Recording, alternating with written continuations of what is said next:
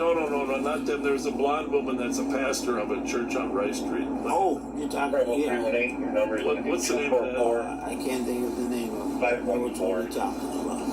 244-514. Because I saw a story in the news about a man that works there with her. I don't know if he passed away He or died. he died. What happened exactly? COVID. Yeah. Bishop Danny. That's what it was. That's not good. No, very good friend of ours. That's what I thought. Yeah, he was at the 21 Days of Peace with you. Yeah.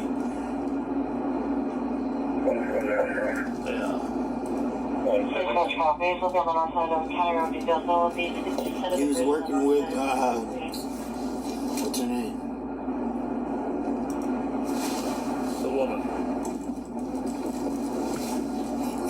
She was helping. Yeah, she was helping Susie Beeler. Yes, they were working with Susie. Susie. 179. I'm in the area. The woman there that works with them seemed like a really good person. She is. 5183 area.